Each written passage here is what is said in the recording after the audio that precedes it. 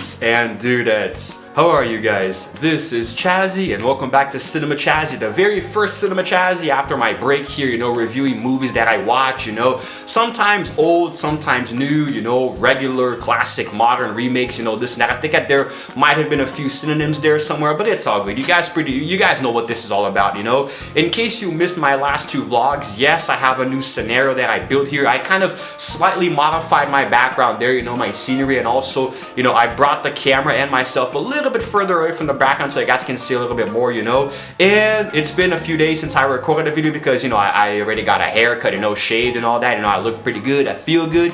But today the lighting is very crappy, the weather is very overcast, it's been overcast for a few days now, but I can't just not record videos. The show must go on. I gotta give you guys content, so just bear with me here if the background lighting kind of changes throughout the video, looks a little weird and stuff, but I gotta try my best here. But anyway, guys, well, at this point you may have noticed that I have been playing a little game called Disneyland Adventures, here in my channel. It's been very wholesome and awesome, I love it so much, and because of that, as you guys can expect here, the formula of how my channel works, as I play a certain kind of game, I record vlogs related to it, So today I'm going to be reviewing a movie that in my opinion is one of the best gems in all of Walt Disney's, canonical library. It is, of course, a Goofy movie, released back in 1995, 3 years after I was born, so I'm a 90s kid, so any movie released back in that time period is amazing to me, very nostalgic, and I have been a fan of Disney since I was a kid growing up in the United States, even here in Brazil,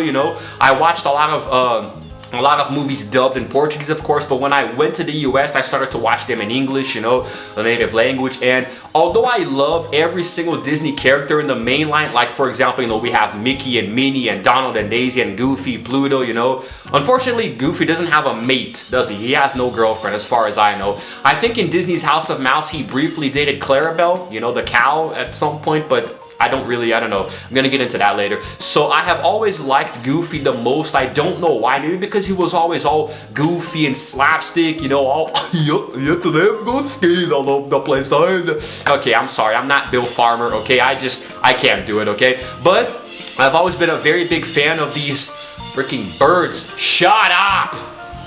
God damn it, stupid ass crows. Anyway, so I was always a really big fan of Goofy. So when when Disney started doing these spin-off standalone movies with the characters, I always really liked them a lot. And the Goofy cartoons have always been my favorite, like when he showed them in House of Mouse and stuff. So this right here, this movie represents a very big chunk of my childhood, and I love it so much. And it was actually, you guys are going to see something new here in Cinema Chaz, that I'm going to be showing off now. I'm going to talk about the budget, and the box office gross, and it's going to show up in the text here below me, So the movie had an original budget of $18 million, we're going to put that right here on screen, and went on to gross a whopping $37.6 million at the box office, So got that showing up right here, It's going to look cool. I should have started this a long time ago with my movies, showing whenever I can talk about the budget and stuff, show that on screen. So the thing is that, in my opinion, this movie was really, really well done. It was originally, it was going to be a TV special,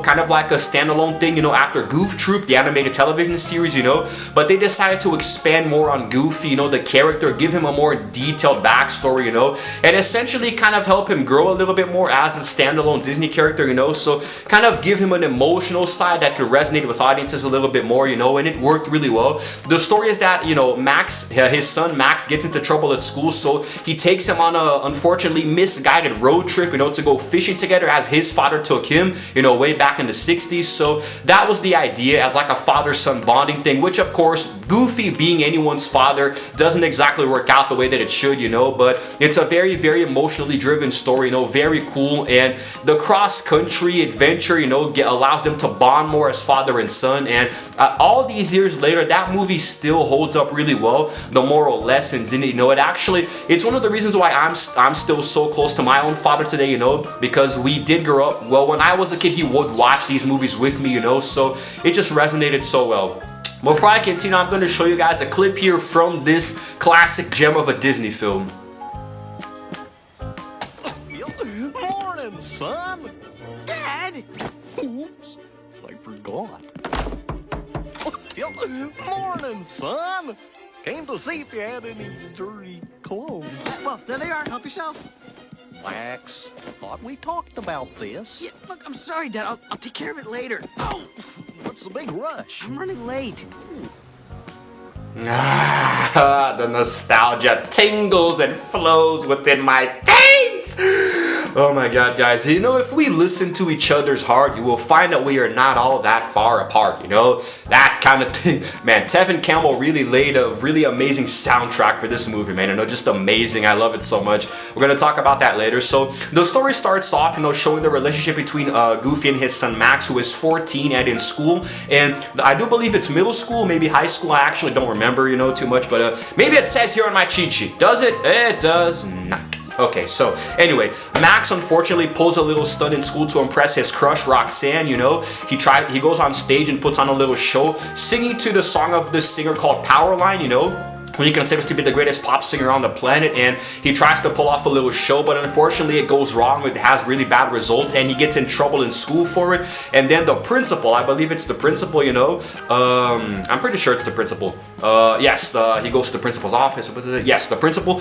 He calls his dad Goofy and tells him that he might actually be facing capital punishment for his misdemeanor. So Goofy gets desperate and he says, "Okay, I gotta get my son out of here. You know, I gotta take him somewhere else so we can just try to get away from all of this crap." But unfortunately, that little stunt that he pulled in the concert impressed his crush Roxanne. So she invites him to go somewhere, you know, on a date to watch the concert live. And then Goofy doesn't know about this, so that's when he makes plans to take his son, you know, for the weekend, you know, on a cross-country fishing trip that his dad took him to, like I said before. They are going to go from Ohio, where they live, to Idaho, so that's where they're going. And then unfortunately Max doesn't want to, you know. He actually tries to call off the date with Roxanne, but then she said that she found somebody else to go with, and he gets all pissed and he goes, "No, my hormones are all over the place and I want you." So he says, "You know what, nah, me and my dad, we're gonna be there at the Powerline concert and I'm gonna go on stage and call out your name." And she's like, "Ah!" Okay, so then they decide to, you know, bring that lie to tone, and then Max tries to, okay, I'm getting off topic here. Anyway, they go on the cross trip, where we segue into one of the best musical numbers of my childhood, which is On the Open Road. Very cool moment, you know. I like it so much. The track, I was actually listening to it on Spotify a few days ago, you know. I have the entire soundtrack saved on a playlist on Spotify, and it was just awesome. Unfortunately, their relationship does take a turn for the worse here and there, because they go to this really crappy opossum themed park, you know. It's kind of like I don't know, try to imagine Walt Disney World, but with possums instead of Disney characters, you know. So Max gets pissed and they have an argument. They go back to the open road, you know. Clearly he's not very, he's very antagonistic towards the idea, you know. I'm checking my little cheat sheet here just to see if I missed anything, but up until now it's pretty okay. They meet up with Pete and his son PJ. Pete is kind of like a classic Disney villain, you know, but here for some reason they're friends, and eventually they become neighbors in the sequel. But anyway, so they decide to keep going together. That's what they do, right? Yeah. Yes. So then eventually they meet up and they go their separate ways and this and that, and then Goofy decides to take his son, take Max finally to a little fishing spot where he's gonna show him the perfect cast maneuver that his father taught him, you know, so then he can reel the fish back. But unfortunately, their antics end up, you know, attracting this very, very, very famous wilderness creature called Bigfoot. You know, yes, Bigfoot is in this movie, folks. He is in the Goofy movie, you know, and he chases them. They get trapped in their car, you know, and Bigfoot is outside. He's sleeping on the car, this and that, a bunch of antics, you know. Eventually, they do flee, and they spend a night in a motel with PJ and Pete. However, that is where they go, right? So, yes, Max actually alters the map, you know. Instead of going to Idaho, he alters the route to go to Los Angeles, California to see the concert. And then eventually, you know, okay, so eventually Pete does find out because he overhears a conversation with him and PJ. He tells Goofy, but Goofy, unable to believe that his son is lying to him, you know, decides to just go anyway. But he does check the map. He sees it. He sees that Max altered the route, and he does allow him to tell the truth, you know. They come to a crossroads, one of which will take them to California, the other to Idaho, and he gives Max the chance to do the right thing, but unfortunately he still decides to go to California anyway in a panic. And then Goofy stops at the Grand Canyon, where he kind of storms off, and they're a little peeved at each other. You know, he's very disappointed. But the car, unfortunately, I do believe it's because it has faulty brakes. Let me just check that here. Yes, the brake is loose, so the car goes down on its own, and eventually, while chasing the car, they end up in the Colorado River, in the most famous scenes in the movie, you know, which I believe is also the cover for, you know, them on the car as it, you know, glides through the Colorado River, and that's where they reconcile, you know, they have a heart-to-heart moment, their father and son, and eventually they do become a lot closer because of this, even though they didn't actually, you know, go. But before that, there is something, you know, they do land in the Colorado River, but then, no, not before, after, sorry. I haven't done a Cinema Chazzy in a long time, and I haven't watched this movie in years, so just bear with me here, okay? They're about to plummet down a waterfall, and then as Goofy falls, Max actually throws out the perfect cast technique with the fishing rod and saves him, you know? They eventually go to the concert, you know, they try to sneak backstage, but one thing leads to another, and they eventually do actually end up on stage with Powerline, you know, who I said before is voiced by Tevin Campbell, you know? He performs 2 really cool songs in this movie, you know? At the beginning, Stand Out, you know, as the one that Max is lip syncing to, and then eventually Eye to Eye at the end here, which is really cool. Then eventually, everybody's watching the concert, you know, everybody sees her, Roxanne sees Max on stage. Eventually, they drive back home to her house, you know, and he talks to her, you know, he confesses, you know, he tells the truth and this and that. And then eventually, you know, this is Goofy, you know, so things happen, the car explodes, he flies through the roof, you know, and Max finally introduces Roxanne to his father, you know, not ashamed at all. And eventually, that is it. That's how the movie ends. I'm sorry if I butchered some details, you know. I had to draw directly from the cheat sheet here because it's been a while, you know.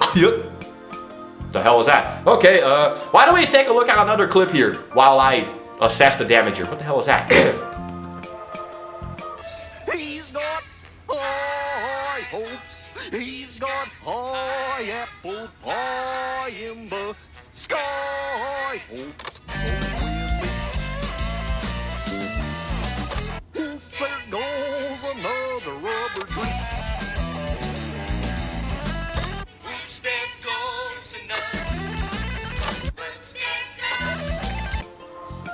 And if you're ever lonely, stop.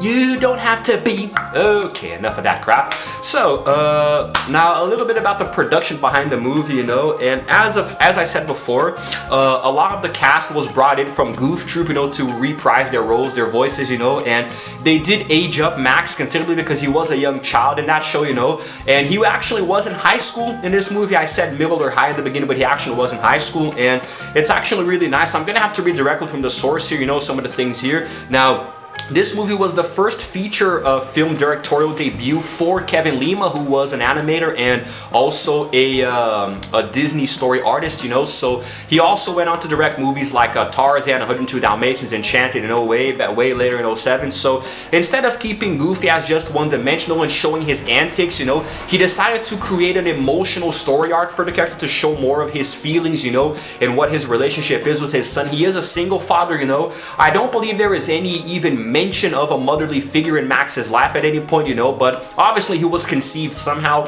although Disney artists kind of like sweep that under the rug sometimes, you know. It's like they never really tell us exactly what happened. But anyway, so this was actually inspired by, get this, Walt Disney Studios chairman Jeffrey Katzenberg, you know, because he and his daughter at one point were estranged with each other. They had a very bad relationship, and they went on a road trip, and that greatly improved their connection and their relationship with one another. So that actually inspired this movie's story, you know, which I think is really heartwarming, you know. It's really lukewarm. And then eventually, you know, they started production back in mid-1993, I believe, you know, so the animation work was done in France also. And there was one thing that I think is actually really interesting, you know. You see, there was additional cleanup and animation that was done by Phoenix Animation Studios in Canada and digitally inked and painted by the Pixie Box studio in France. So it really was a joint collaboration to make this movie work. And of course, because it wasn't as major as other movies at the time, like Tarzan, you know, or The Little Mermaid before, you know, the Disney Renaissance era, it was given a considerably smaller budget, you know, to work with, but it still came out really well.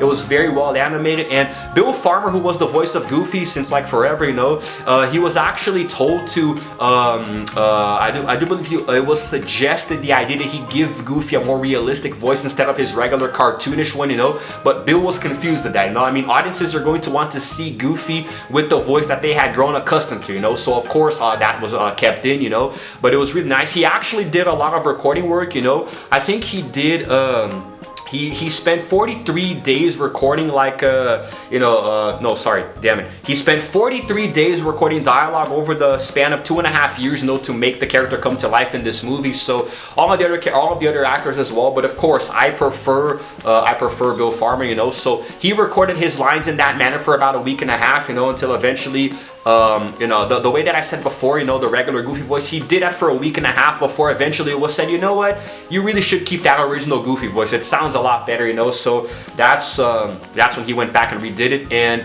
there was this other thing too.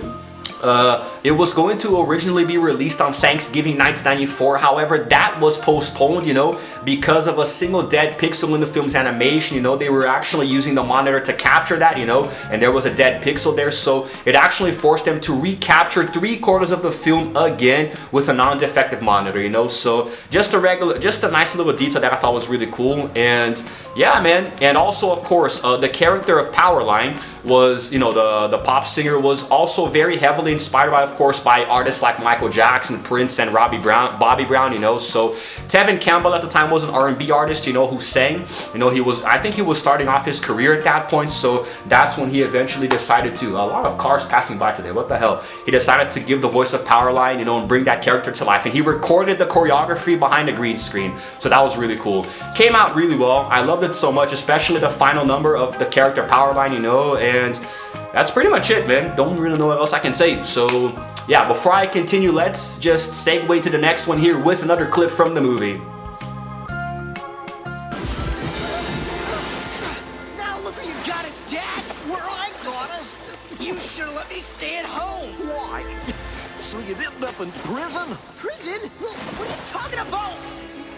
Your principal called me. What do you think? You even lied to me. I had to. You were ruining my life. I was only trying to take my boy fishing, okay? I'm not your little boy anymore, Dad. Okay, settle down, we're almost done. Okay, I promise we're almost finished. This is going to be the final stretch, actually.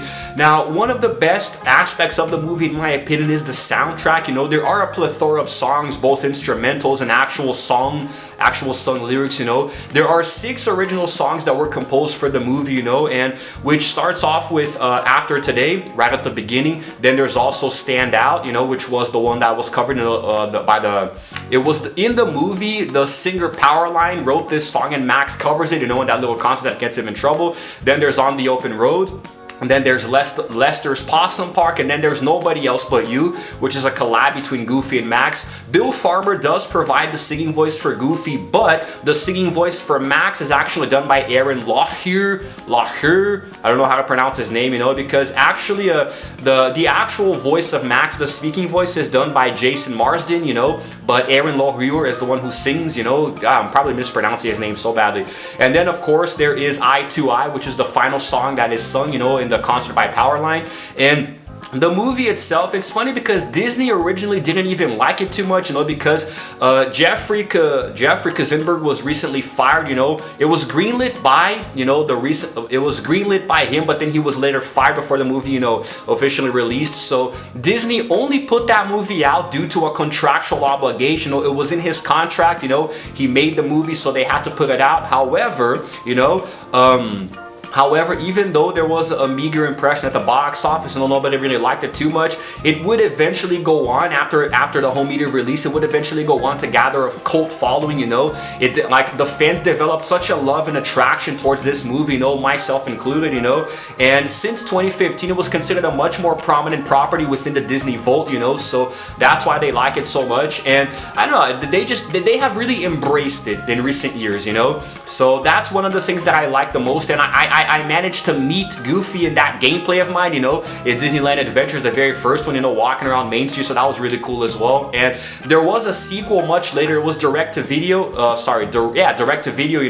It was called An Extremely Goofy Movie, released 5 years later. And of course, that is the one that I'm going to review next, which I think I have watched much more, many more times, and even more so in English, so maybe it'll be a little bit easier to review here for you guys. But Max goes on to college, but Goofy his dad hasn't left his life yet, I actually like it a lot better than the first one. And I think that's it, guys.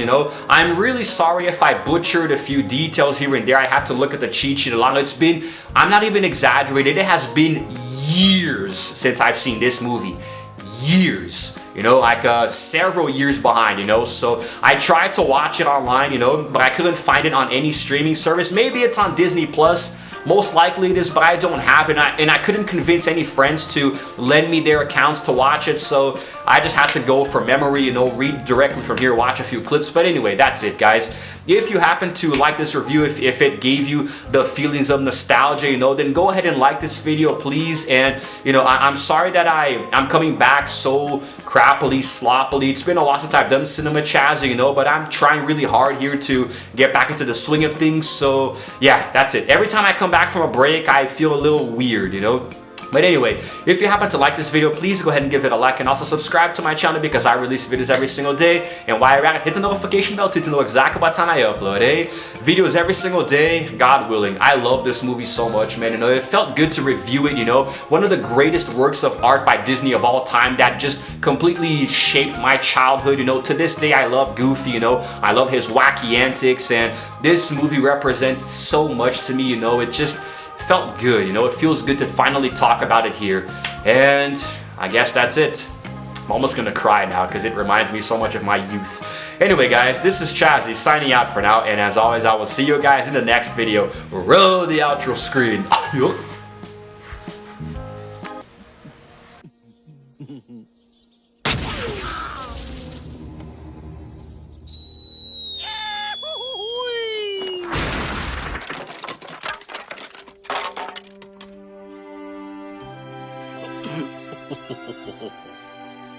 Roxanne, I'd like you to meet my dad. Enchanté, mademoiselle.